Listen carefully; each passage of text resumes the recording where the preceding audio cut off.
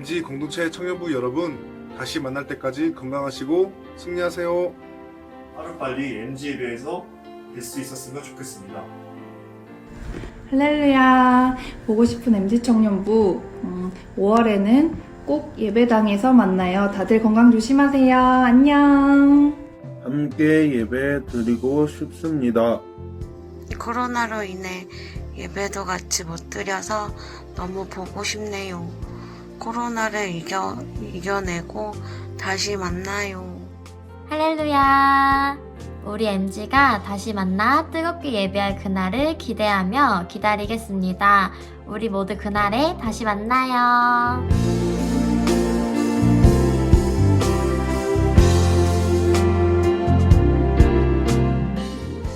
오늘의 말씀은 마태복음 26장 26절에서 29절까지 말씀입니다. 그들이 먹을 때에 예수께서 떡을 가지사 축복하시고 떼어 제자들에게 주시며 이르시되 받아서 먹으라 이것은 내 몸이니라 하시고 또 잔을 가지사 감사기도 하시고 그들에게 주시며 이르시되 너희가 다 이것을 마시라 이것은 죄 사함을 얻게 하려고 많은 사람을 위하여 흘리는 바 나의 피 곧 언약의 피니라. 그러나 너희에게 이르노니 내가 포도나무에서 난 것을 이제부터 내 아버지의 나라에서 새 것으로 너희와 함께 마시는 날까지 마시지 아니하니라 하시니라. 아멘. 할렐루야. 지난 한 주도 말씀과 함께 하시면서 평안한 시간 보내셨죠? 몇 주 전에 우리 청년들이 약 2시간에 걸쳐서 멋진 퍼즐을 완성했던 것 기억하시나요? 그때 맞추었던 작품이 레오나르도 다빈치의 최후의 만찬이었습니다. 오늘 말씀은요, 바로 그 최후의 만찬 때 이야기입니다. 6월절이라는 유대 명절을 맞아 갖게 된 제자들과 예수님의 식사 자리에서 예수님은 제자들에게 빵을 주시면서요, 이것은 내 몸이다 라고 하셨습니다. 근데 이 말씀을 하시기 전에 예수님은 몇 가지 특별한 행동을 하셨는데요. 본문 26절을 보겠습니다.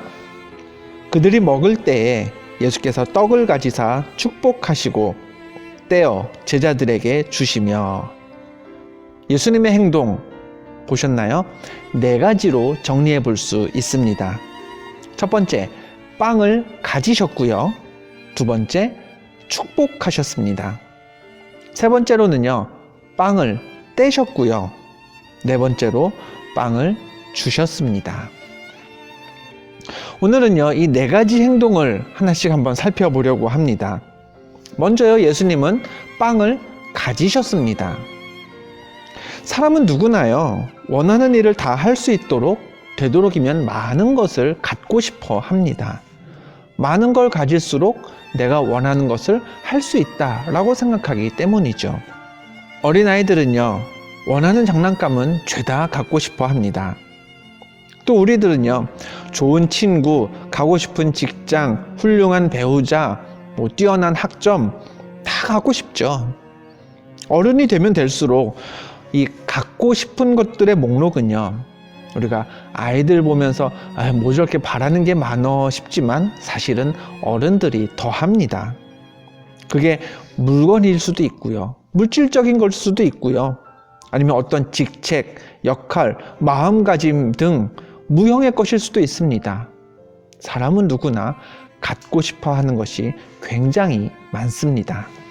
그런데요, 여러분이 지금 갖고 싶어 하는 그 많은 것들보다 우리가 반드시 앞서서 가져야 하는 게 있습니다. 바로 하나님의 은혜입니다. 죄인인 나를 위해서 예수님이 십자가를 지셨고 내 모든 죄는 다 용서받았다라는 그 하나님의 은혜가 우리 마음속에 먼저 가득 차 있어야 하는 겁니다. 사도 바울이여 고린도 교회 성도들을 향해 이렇게 선포했습니다. 하나님이 능히 모든 은혜를 너희에게 넘치게 하시나니 이는 너희로 모든 일에 항상 모든 것이 넉넉하여 모든 착한 일을 넘치게 하게 하려 하심이라. 바울은 하나님의 은혜가 모든 일에 모든 것을 넉넉하게 한다라고 고백했습니다. 즉, 우리를 구원하신 하나님의 은혜는요, 단순히 어떤 영적인 감정이 아닙니다. 믿음의 필요들 뿐 아니라 물질적인, 구체적인 것에까지도 영향을 미쳐서요, 우리의 생각, 우리의 행실을 변화시키는 게 바로 은혜라는 하나님의 선물입니다. 그래서 우리에게는 더더욱 은혜를 갖고자 하는 열정이 필요한 것입니다.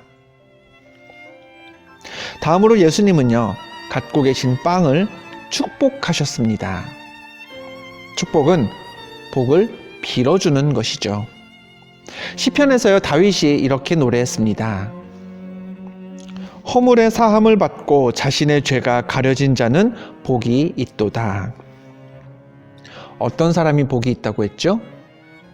무엇이 복이라고 했나요?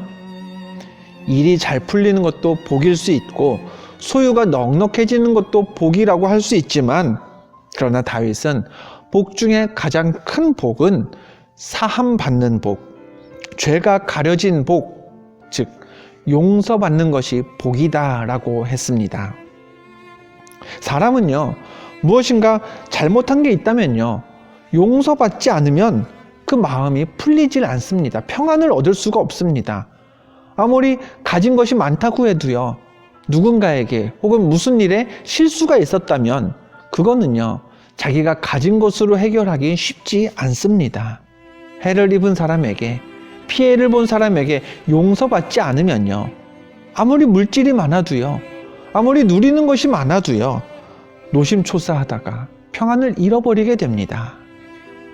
그런 사람일수록 용서받는 것이 얼마나 큰 복인지 깨닫게 되는 거죠. 그러므로 우리는 축복하셨던, 즉 복을 비셨던 예수님처럼 세상을 향해 복 중에 가장 큰 복, 용서받음의 복을 빌어주어야 합니다. 예수 그리스도를 믿으면 용서받는다라고, 하나님은 하나님 자녀의 지난 허물을 기억도 하지 않으신다고 아직 복음을 듣지 못한 이들이 가장 큰 복을 누릴 수 있도록 권하고 또 전해야 하는 게 우리의 할 일입니다. 세 번째로요, 예수님은 빵을 가지고 축복하신 후에 그 빵을 떼셨습니다. 한 덩어리의 빵을 여러 덩이로 찢고 나누셨다라는 의미죠. 요한복음 15장에서요, 예수님은 이렇게 말씀하셨습니다. 나는 포도나무요, 너희는 가지라. 그가 내 안에, 내가 그 안에 거하면 사람이 열매를 많이 맺나니. 우리는 예수님이라는 나무에 붙은 가지입니다. 가지는요, 뭘 해야 하나요? 열매를 맺어야 합니다. 그게 열매 맺는 게 우리의 역할이라면요, 그 열매를 맺게 되었을 때 맺은 열매를 또 어떻게 해야 될까요? 열매가 잘 익었으면 가지인 우리에게서 떼어내야 합니다. 탐스러운 열매가 나무에 주렁주렁, 가지에 주렁주렁 맺혔어도요, 맨날 가지에만 붙어있는 열매는요, 아무 소용이 없습니다. 가지는요, 열매가 가장 탐스러울 때 가지에서 떼어내야, 그래야 열매를 취하는 사람에게 기쁨을 줄 수 있게 됩니다. 마지막으로 예수님은 가지시고 축복하신 후에 떼어냈던 그 빵을 제자들에게 주셨습니다. 본래 예수님이 돌아가셨던 십자가는요, 예수님 이전 시대부터 죄수를 고문하고 사형에 처하기 위해 사용했던 고대에서부터 이용되던 형틀이었습니다. 근데 그 방법이 워낙에 가혹하고 또 죄인에게는, 달리는 사람에게는 치욕적이어서요, 예수님 시대 로마 제국도 이 십자가형을 집행하기는 했지만 같은 로마인들에게는 집행하지 않았습니다.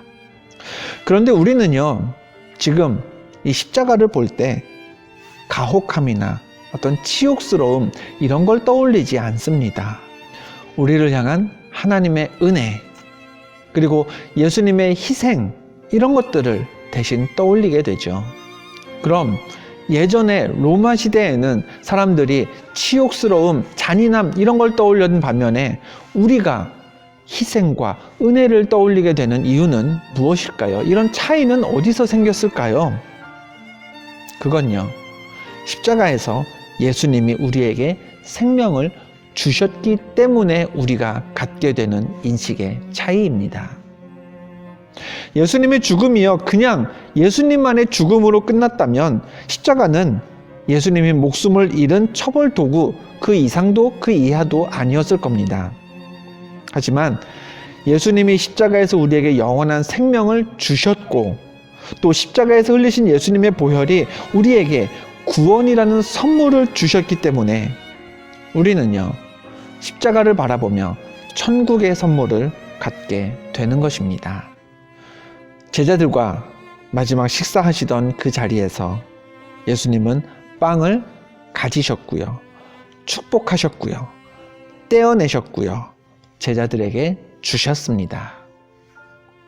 예수님이 하셨던 이 4가지 일들을 이제 우리도 행해야 합니다. 예배할 때마다, 말씀을 펴서 묵상할 때마다 하나님의 은혜를 가져야지 라는 열심이 저와 여러분 안에 충만해야 합니다. 죄사함의 복을 선포하고 빌어주면서요, 축복할 수도 있어야 합니다. 예수님이라는 가지에부터 맺게 된 열매를, 즉 우리 신앙의 열매들을 나 혼자 누리는 게 아니라 우리 자신에게서 떼어낼 수도 있어야 하죠. 그리고 십자가 위에서 죽으신 예수님이 우리에게 새 생명, 영원한 생명을 주신 것처럼 우리도요, 내가 누리고 있는 유익과 복을 세상에 줄 수 있어야 합니다. 예수님이 함께 하셨던 이 4가지 일들, 여러분 지금까지 그러셨다면 앞으로 더 열심히, 혹 지금까지 부족한 게 있었다면 이제부터라도 열정적으로 한번 흉내 내보시길 바랍니다. 첫 번째, 가지셨습니다. 두 번째, 축복하셨습니다. 세 번째, 떼어내셨습니다. 네 번째로 주셨습니다. 예수님을 따라 예수님처럼 행하면서 이 부활의 계절인 4월을 잘 지나서 5월에도 은혜 충만한 삶의 주인공 되시기를 축원드립니다. 기도하겠습니다. 하나님, 빵을 가지사 축복하시고 떼어주셨던 예수님의 행동들 우리도 따라하고 싶습니다. 우리도 은혜를 갖게 하시고 죄사함의 복을 선포하게 하시며 열매를 떼어내는 결단을 허락하시고 입은 은혜를 나누고 줄 수 있는 삶을 살게 하옵소서. 예수 그리스도의 이름으로 기도하옵나이다. 아멘.